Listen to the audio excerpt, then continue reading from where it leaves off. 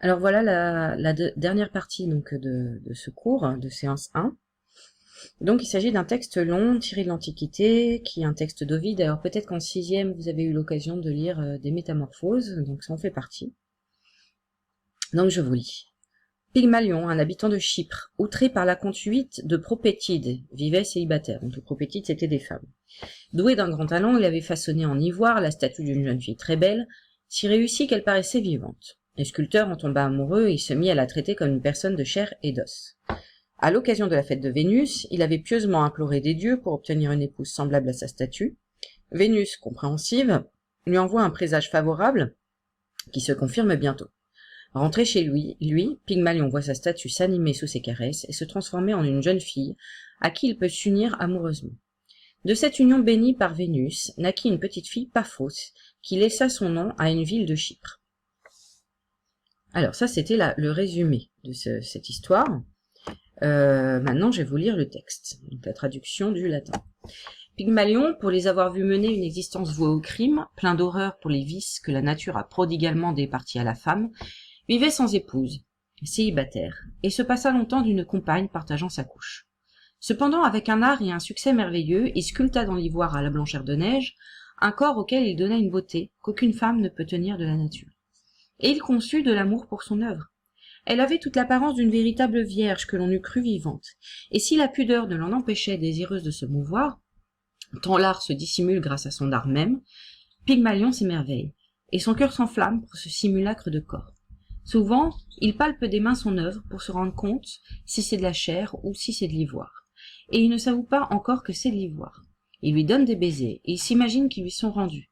Il lui parle, il la serre contre lui, et il croit sentir céder sous ses doigts la chair des membres qu'il touche. La crainte le prit même que ses membres sous sa pression ne gardassent une marque livide.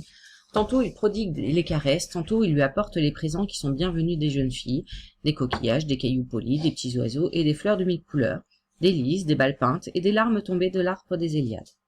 Il la pare, c'est-à-dire il l'habille aussi de vêtements, passe à ses doigts des bagues de pierres précieuses, à son cou de longs colliers, à ses oreilles pendent des légères perles, des chaînettes sur sa poitrine. Tout lui sied, et nue, elle ne paraît pas moins belle. Il la place sur des coussins teints avec le murex de Sidon, donc c'est une teinture.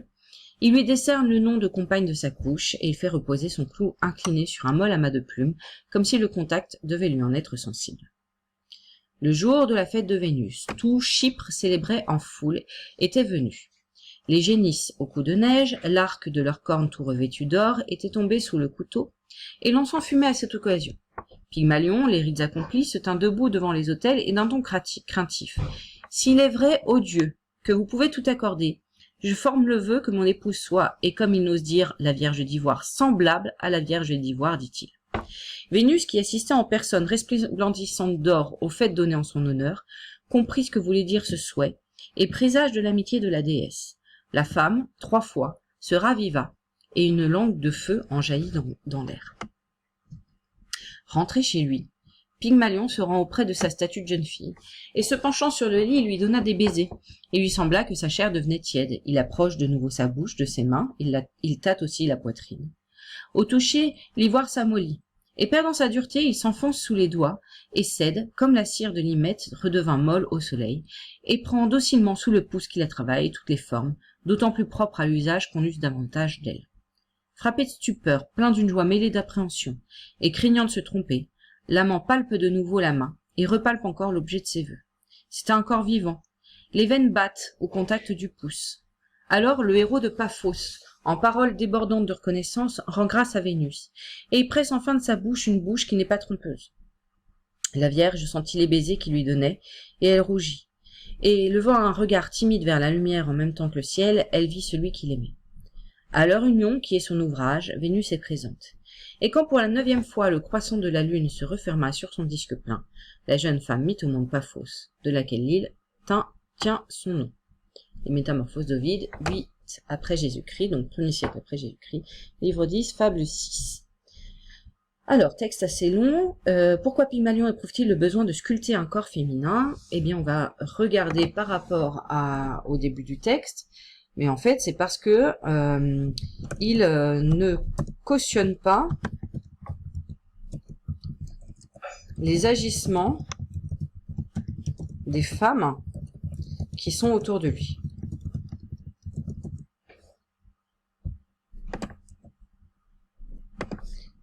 Hein, c'est un peu, il ne trouve pas chaussure à son pied. On a même des mots assez forts dans le résumé, donc dans le paratexte. Il est outré par la conduite des propétides.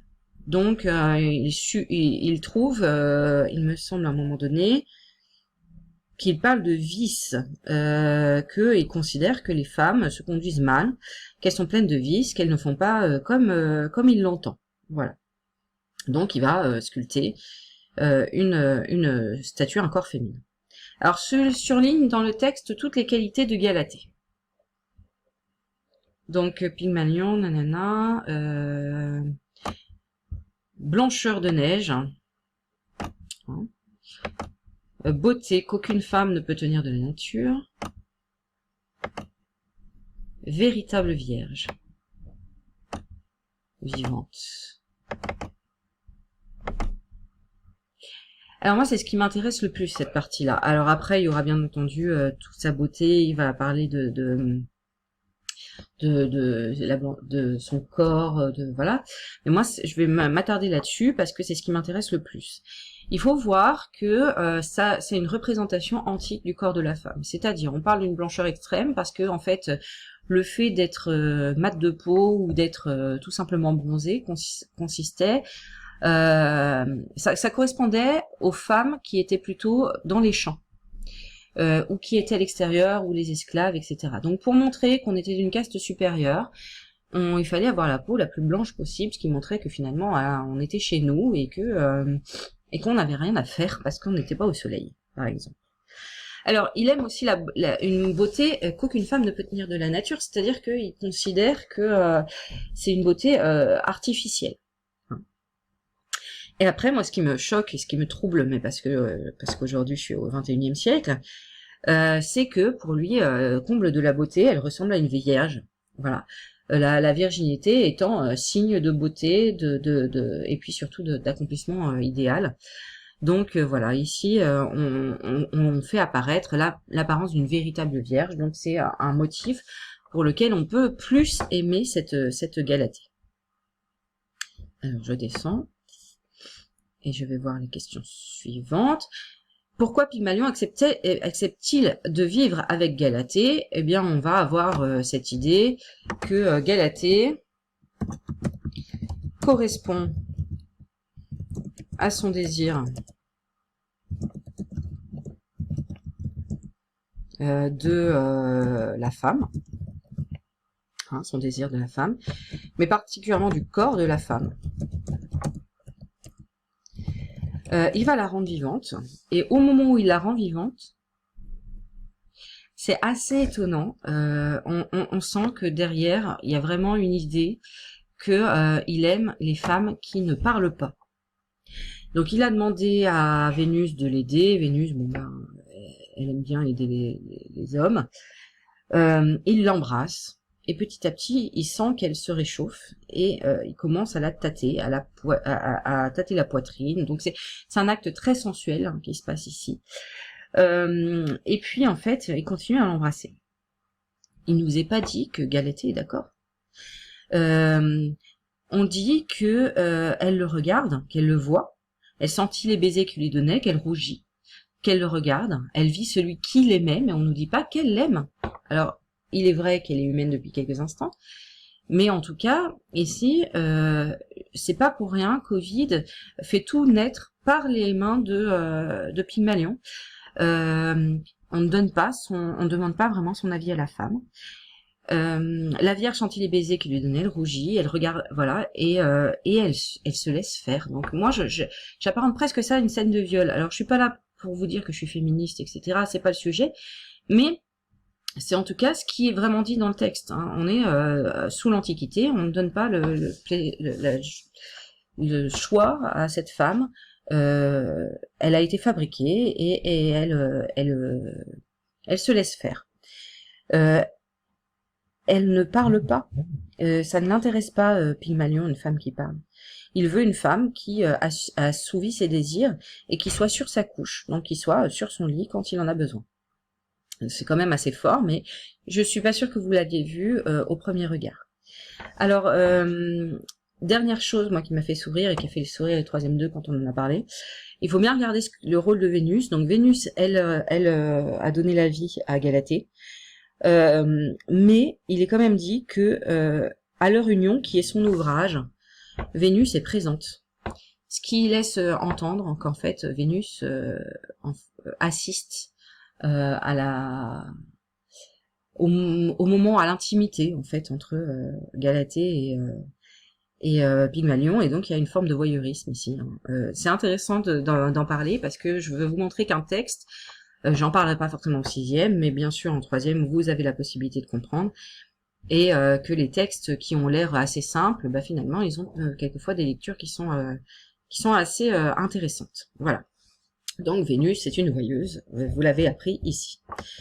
Alors, question 10, à partir de cet extrait, explique en quelques lignes ce que a apporté l'art à l'homme. Alors ça, je vous laisse y répondre, c'est vrai que moi je vais pas m'appesantir là-dessus. Est-ce que l'art c'est fait pour simplement assouvir les désirs des hommes? Est-ce que l'art ça dépasse les hommes? Voilà, donc c'est une vraie question en ce moment, d'autant plus qu'on est chez nous. Donc est-ce que l'art, le fait de vous créer ou de fait de regarder des choses qui ont été créées, permettent pour vous de dépasser votre condition humaine? C'est intéressant en tout cas. Et puis, d'après les trois documents, pourquoi l'être humain a-t-il la nécessité de se projeter dans un autre corps? Eh bien, on est dans cette idée de finitude du corps. Ce corps, on est voilà, on en est témoin. Ce corps qui est fragile, ce corps qui peut disparaître. Et donc, c'est peut-être pour ça que on trouve que notre esprit est très fort et que on aimerait bien pouvoir continuer à dire, à faire, à voir au-delà de notre corps. Voilà. Donc après, ce bilan, il peut être beaucoup plus complexe. Il peut être amené avec beaucoup plus de philosophie, parce qu'il y a beaucoup de philosophes qui ont réfléchi au corps, et ça je vous laisserai voir au lycée. Bon, j'espère que ce format vous a convenu. Moi, il me convient en partie parce que je préfère vous parler que d'écrire, mais c'est vrai que je vous ai pas directement, et je préférerais 100 fois être en classe devant vous, mais c'est un pis-aller. En attendant, portez-vous tous bien, faites très attention à vous bien entendu, mais ça vous le faites. Et puis vivez, lisez, regardez des superbes films. On vous a mis des choses sur Charcot TV pour que vous puissiez voir des spectacles. Faites-vous plaisir, soyez heureux, profitez de vos familles si vous pouvez. Moi, je vous embrasse et puis je vous dis à très très bientôt.